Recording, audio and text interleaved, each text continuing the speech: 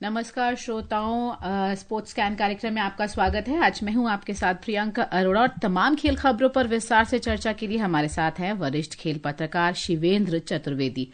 नमस्कार शिवेंद्र जी, स्वागत है आपका कार्यक्रम में। नमस्कार प्रियंका, सुनने वालों को भी मेरा नमस्कार। और हम हेडलाइंस पर जाएं। सबसे पहले तो हम आते आते जो हमने अच्छी खबर देखी कि निशानेबाजी में एक और पदक हमारे पास आ गया। बिल्कुल, निशानेबाजी में आज का दिन यादगार रहेगा क्योंकि दो युवा निशानेबाज हैं। आपने एक का जिक्र किया, मैं दो का केवल के मन कर रहा है तीनों का नाम ले लूं। सिफ्त सामरा गोल्ड, ईशा चोकसी, आशी चोकसी का नाम याद आ गया। ईशा सिंह ने सिल्वर जीता और चैन सिंह ने कल ब्रॉन्ज मेडल जीता। तो 1-1-1 विन सिचुएशन है। कुल मिलाकर आईएसएसएफ निशानेबाजी विश्व कप में आज भारत का सुनहरा दिन रहा। सिफत कौर ने स्वर्ण, ईशा ने रजत और चैन सिंह ने कांस्य पदक जीता। अभिनाश जामवाल विश्व मुक्केबाजी कप में पुरुषों के 65 किलो भार वर्ग के फाइनल में कल लखनऊ में लखनऊ सुपर जायंट्स ने मुंबई इंडियंस को 12 रन से हराया। और इस समय मैच चल रहा है चंडीगढ़ में राजस्थान रॉयल्स और पंजाब किंग्स के बीच। और इससे पहले दिल्ली कैपिटल्स ने आज मेजबान चेन्नई सुपर किंग्स को 25 रन से हराया। इंडियन सुपर लीग फुटबॉल के सेमीफाइनल के दूसरे चरण में कल बेंगलुरु एफसी और एफसी गोवा एक बार फिर आमने सामने होंगे।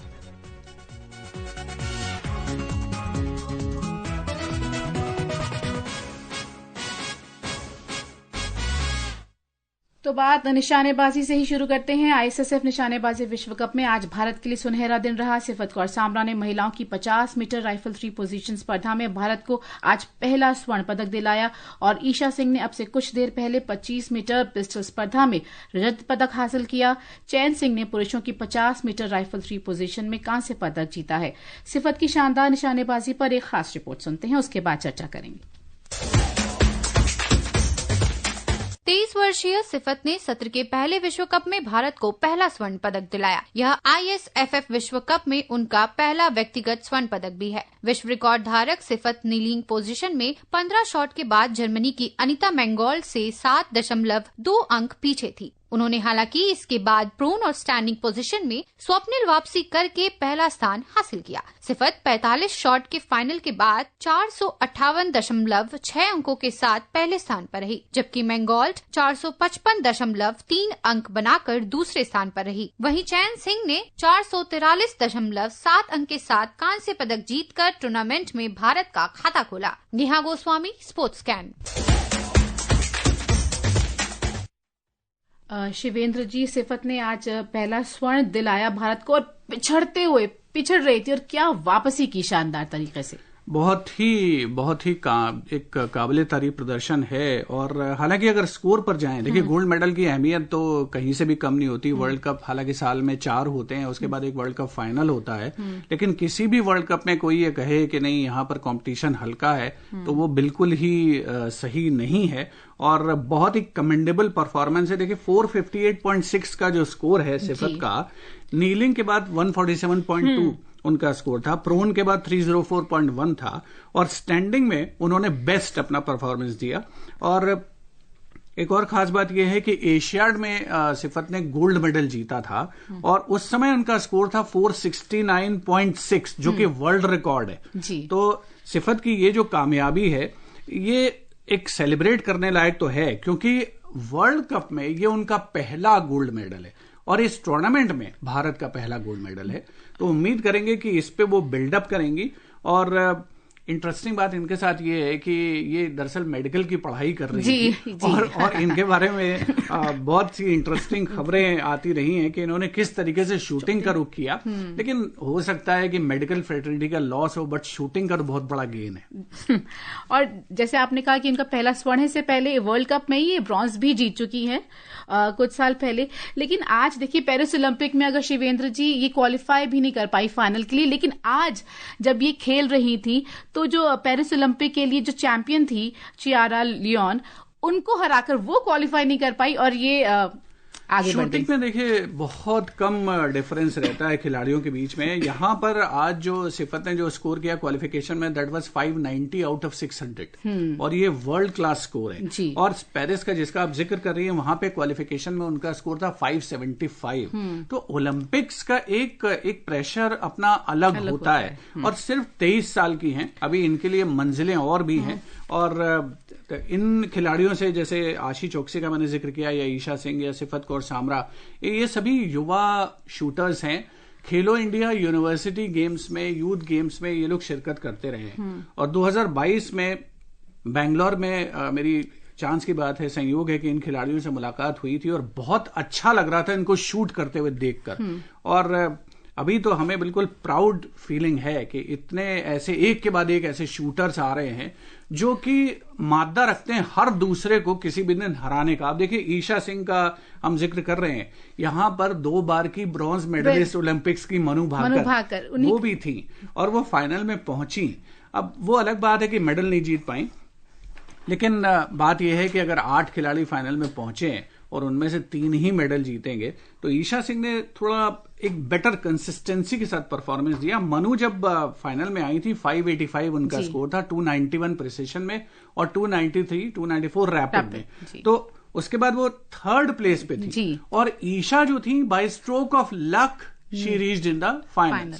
लेकिन अब उन्होंने फाइनल में ज्यादा बढ़िया शॉट लगाए और वो ऑफ कोर्स उनको सिल्वर मेडल। और एक समय भी था 62वें नेशनल शूटिंग चैंपियनशिप हुई थी और उसमें मनु भाकर और ईशा सिंह दोनों थी। उसमें भी ईशा सिंह ने मनु भाकर को हराया था, हालांकि वो 10 मीटर पिस्टल स्पर्धा थी। लेकिन आज फिर ऐसा कुछ दिख रहा है कि मनु भाकर ऊपर थी, ईशा सिंह 9वें स्थान पर थी और वो आगे बढ़ गई। और कई बार प्रियंका हम कहते हैं कि प्रॉब्लम ऑफ प्लेंटी कोचेस के लिए कहा जाता है, या हम शूटिंग में अगर कहें तो हमारे टैलेंट जैसा है हमारे देश में निशानेबाजी में, और चाहे कोई भी इवेंट आप ले लें। देखिए आज की तारीख में स्कीट में भारत के मेडल आ रहे हैं, जो आज से 10 साल पहले आप स्कीट में भारत के मेडल के बारे में सोच ही नहीं सकते थे। और जो शॉटगन के इवेंट होते हैं उसमें ट्रैप और डबल ट्रैप तो था, लेकिन स्कीट में भारत के मेडल नहीं आते थे। तो जो भी टैलेंट है और उसको जो नर्चर भी किया जा रहा है, हर लेवल से जो प्रोत्साहन भी मिल रहा है, वो सभी कुछ कमेंडेबल है। और ओवरऑल एक जो बहुत ही सुखद सूरत हाल है इंडियन शूटिंग में। जी। और ऐश्वर्य प्रताप सिंह की बात करें और नीरज कुमार की बात करें, वो भी फाइनल के लिए क्वालिफाई कर पाए थे लेकिन पदक से चूक गए। तो पदक तालिका में भारत 1 स्वर्ण, 1 रजत और 1 कांस्य सहित कुल 3 पदकों के साथ दूसरे स्थान पर है। चीन पहले स्थान पर है। अब मुक्केबाजी के अखाड़े में जाते हैं। अविनाश जामवाल ने ब्राजील में विश्व मुक्केबाजी कप में पुरुषों के 65 किलो भार वर्ग के फाइनल में प्रवेश कर लिया है। जामवाल ने कल रात इटली के जियान लुइगी मालांगा को 5-0 से हराया। फाइनल में जामवाल का सामना ब्राजील के यूरी रीस से होगा। और इस बीच 70 किलो भार वर्ग में भारत के हितेश और इंग्लैंड के ओडेल कामरा के बीच फाइनल मुकाबला खेला जाएगा। अविनाश की बात करें तो जब उन्होंने इटली के बॉक्सर को हराया तो वो पहुंच से दूर रहने के लिए, मतलब उनकी अपनी लंबाई और गति का बहुत अच्छे से इस्तेमाल किया उन्होंने। जो रिफ्लेक्सेस थे वो बहुत ही शार्प थे और जो पंचेस थे, जैब्स थे, दे वर वेरी स्ट्रांग और इसलिए यूनानिमस डिसीजन उनके फेवर में आया। कई बार स्प्लिट डिसीजन आते हैं मुक्केबाजी में, तो जो कई बार ऐसा भी होता है, हमने देखा है कि जो डिसीजन आता है वो बड़ा विवादास्पद होता है जब स्प्लिट डिसीजन आता है। जादूमणि सिंह में स्प्लिट डिसीजन हमने देखने को मिला। तो यहाँ पर तो बिल्कुल एक तरफा मुकाबला था, लेकिन इसमें खास बात यह है कि अब उनका फाइनल में जो बाउट होना है वो जो लोकल हीरो हैं उनसे होना है। तो ये वैसे तो कोई भी मुकाबला आसान नहीं होता, लेकिन ये तो स्वर्ण पदक का मुकाबला है, वो भी ब्राजील में टूर्नामेंट हो रहा है और ब्राजील के ही खिलाड़ी हैं, उनसे खेलेंगे। हितेश ने भी बहुत अच्छा परफॉर्म किया और उन्होंने भी अपने से कहीं ज्यादा नामचीन खिलाड़ियों को हराया। एक और बात है कि 4 खिलाड़ी भारत के सेमीफाइनल में भी पहुंचे। ये अलग बात है कि उससे आगे नहीं बढ़ पाए। तो ओवरऑल ये जो ब्राजील में टूर्नामेंट हो रहा है, ये इंडियन बॉक्सिंग के लिए एक अच्छी खबर लेके आ रहा है काफी समय के बाद। अब बात करते हैं आईपीएल की। आईपीएल T20 क्रिकेट में दिल्ली कैपिटल्स ने आज मेजबान चेन्नई सुपर किंग्स को 25 रन से हरा दिया। दिल्ली कैपिटल्स ने राहुल के 77 रन की बदौलत 20 ओवर में 6 विकेट पर 183 रन बनाए। जवाब में चेन्नई की टीम निर्धारित 20 ओवर में 5 विकेट पर 158 रन ही बना सकी। चेन्नई की ओर से विजय शंकर ने नॉट आउट रहते हुए 69 रन और महेंद्र सिंह धोनी ने 30 रन की पारी खेली। तो ये लगातार चेन्नई की तीसरी हार देखने को मिल रही है। ये बड़ा इंटरेस्टिंग है। देखिए क्रिकेट, जैसे मैं कहता हूं या सभी लोग कहते हैं, गौरव में अनिश्चितताओं का खेल है। तो चेन्नई वो टीम है जिसने आईपीएल का खिताब 17 में से 5 बार जीता है। और चेन्नई सुपर किंग्स का जो चेपॉक जो एमए चिदम्बरम स्टेडियम है, वो उनका कहा जाता है सुदृढ़ किला। और लगभग if I am not wrong 14 या 15 साल के बाद ऐसा हुआ है जबकि दिल्ली कैपिटल्स ने चेन्नई को चेन्नई में हराया है। और आज जब धोनी खेलने के लिए आए थे तो स्टेडियम में उनके माता पिता, उनकी श्रीमती जी, उनकी बेटी, सभी लोग मौजूद थे एंड पीपल वर अटकलें लग रही थी। वो अटकलें लग रही थी कि 2008 में करियर शुरू हुआ है, इतना लंबा चौड़ा है। हालांकि धोनी हमेशा की तरह ही वाज कूल, काम, कंपोज्ड, और उन्होंने बहुत ही बेहतरीन ओवर बाउंड्रीज भी लगाई, छक्का भी लगाया। लेकिन ये जो चेज थी ना 184 वाली, वो जब चेन्नई के विकेट शुरू में रेगुलर इंटरवल पर गिरते गए, उसके बाद ऐसा लगने लगा था कि ऑफकोर्स असंभव तो नहीं है, लेकिन बहुत मुश्किल हो गया था। मतलब धोनी आप डिसअपॉइंटिंग लगते नहीं, पर आज जैसे मतलब लास्ट में जब वो, क्योंकि नॉट आउट रहे, लास्ट में जब खेल रहे थे, तो ऐसे आज मैंने ऐसा लगा कि निराश नजर आ रहे हैं धोनी। धोनी खैर ऐसे लेजेंड हैं, धोनी ऐसी शख्सियत हैं जिनको जितनी भी जिनकी तारीफ की जाए उतना कम है, और उन्होंने भारत को 3-3 वर्ल्ड कप जिताए हैं। जो भी तमाम ऐसे मौके आए हैं जहां पे, हाँ, मिस्टर कूल उनको कहा जाता था, जहां पे भी अगर आप याद करें तो आपको ऐसा लगेगा कोई भी डिफिकल्ट सिचुएशन आई तो उसका सोल्यूशन धोनी के पास है, और वो बिल्कुल शांत अंदाज में सॉल्यूशन कन्वे हो रहा है, इंप्लीमेंट हो रहा है। तो ऐसे खिलाड़ी को तो सिर्फ और सिर्फ सलाम किया जा सकता है, सिर्फ उनकी प्रशंसा की जा सकती है। जो एक अब अन्य मैच का भी रुख करते हैं जो इस समय चल रहा है चंडीगढ़ में, राजस्थान रॉयल्स और पंजाब किंग्स के बीच। राजस्थान रॉयल्स ने ताजा समाचार मिलने तक 14 ओवर में 2 विकेट पर 135 रन बना लिए हैं। तो देखते हैं कि अभी तो शुरू हुआ है मैच, आगे कैसे, लेकिन स्कोर बहुत ही अच्छा खड़ा कर दिया है, विकेट भी ज्यादा नहीं गिरे, तो काफी पॉसिबिलिटी है राजस्थान रॉयल्स की आज। देखिए, राजस्थान रॉयल्स ने बेहतरीन शुरुआत की है और अभी यशस्वी जायसवाल 67 रन्स बनाकर के आउट हुए हैं और 138 पे 3 स्कोर हो गया है 15वें ओवर में, लेकिन यहां से बिल्डअप करने की आवश्यकता है। और इन एनी केस मुझे ऐसा लगता है कि 210-212 के आसपास टारगेट मिलना चाहिए पंजाब किंग्स की टीम को। पंजाब ने टॉस जीता, उन्होंने बॉलिंग करने का फैसला किया था, तो ऐसा लग रहा होगा उनको कि शायद डिसीजन उनका पूरी तरीके से सही नहीं आया है। लेकिन पंजाब और दिल्ली कैपिटल्स, ये 2 ऐसी टीमें हैं अभी आईपीएल में, इनिशियल स्टेज है, लेकिन अभी ऐसा लग रहा है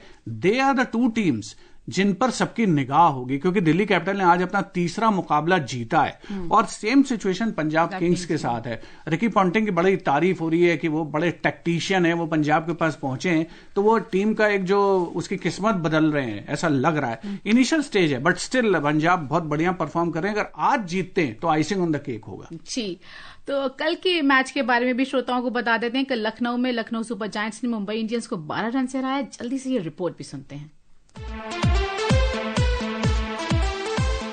मिशेल मार्श के 60 और एडम मार्करम के 53 रन की धमाकेदार अर्धशतकीय पारियों के बाद आखिरी ओवर में बेहतरीन गेंदबाजी की बदौलत लखनऊ सुपर जायंट्स ने मुंबई इंडियंस को बड़ी शान से हराया। लखनऊ के 204 रन के विशाल लक्ष्य के जवाब में मुंबई की टीम सूर्य कुमार यादव के 67 और नमन धीर के 46 रन के शानदार प्रदर्शन के बावजूद 20 ओवर में 5 विकेट खोकर 191 रन ही बना सकी। तिलक वर्मा की धीमी पारी मुंबई की हार की प्रमुख वजह बनी, जिन्हें 19वें ओवर में रिटायर्ड आउट घोषित कर दिया गया। इसके अलावा 4 ओवर में 21 रन देकर 1 विकेट लेने वाले player of the match Digvesh Rathi ने तथा 19वें ओवर में सिर्फ 7 रन देकर शार्दुल ठाकुर ने मुंबई के समीकरण बिगाड़ दिए। हार्दिक पांड्या का हरफन मौला खेल 5 विकेट और नाबाद 28 रन भी मुंबई को जीत नहीं दिला सका। Shakti Singh, sports scan. हालांकि कल के मैच के बारे में तिलक वर्मा और ऋषभ पंत का नाम लेना जरूरी होगा, क्योंकि तिलक वर्मा ऐसी धीमी बल्लेबाजी की और ऋषभ पंत लगातार चौथे मैच में नहीं चले। जी, सबसे महंगे खिलाड़ी, उनकी क्या कीमत थी लिया सब लोग उसी की चर्चा कर रहे हैं। लेकिन उम्मीद करेंगे कि अभी, जैसे मैंने फिर कह रहा हूं कि इनिशियल स्टेज है, आगे जाके फायर करें। तिलक वर्मा, ऋषभ पंत दोनों एक करिश्माई खिलाड़ी हैं और वो करिश्मा कभी भी कर सकते हैं। टूर्नामेंट में कल हैदराबाद में शाम 7:30 बजे गुजरात टाइटंस का मुकाबला सनराइजर्स हैदराबाद से होगा। इंडियन सुपर लीग फुटबॉल के सेमीफाइनल के दूसरे चरण में कल बेंगलुरु एफसी और एफसी गोवा एक बार फिर आमने सामने होंगे। बेंगलुरु एफसी ने सेमीफाइनल के पहले चरण में एफसी गोवा को 2-0 से हराकर बढ़त हासिल कर ली है। उधर जमशेदपुर एफसी ने भी सेमीफाइनल के पहले चरण में मोहन बागान सुपर जायंट को 2-1 से हराया। दोनों टीमों के बीच दूसरे चरण का मैच 7 अप्रैल को कोलकाता में खेला जाएगा। फाइनल मुकाबला 12 अप्रैल को होगा। तो श्रोताओं, अब समय कह रहा है आपसे अनुमति ली जाए। शिवेंद्र जी, आप स्टूडियो में आए, तमाम खेल खबरों पर चर्चा की, इसके लिए धन्यवाद। Thank you Priyanka. श्रोताओं, अब प्रियंका अरोड़ा स्पोर्ट्स कैन की पूरी टीम को दीजिए अनुमति कार्यक्रम संपन्न करने की। नमस्कार।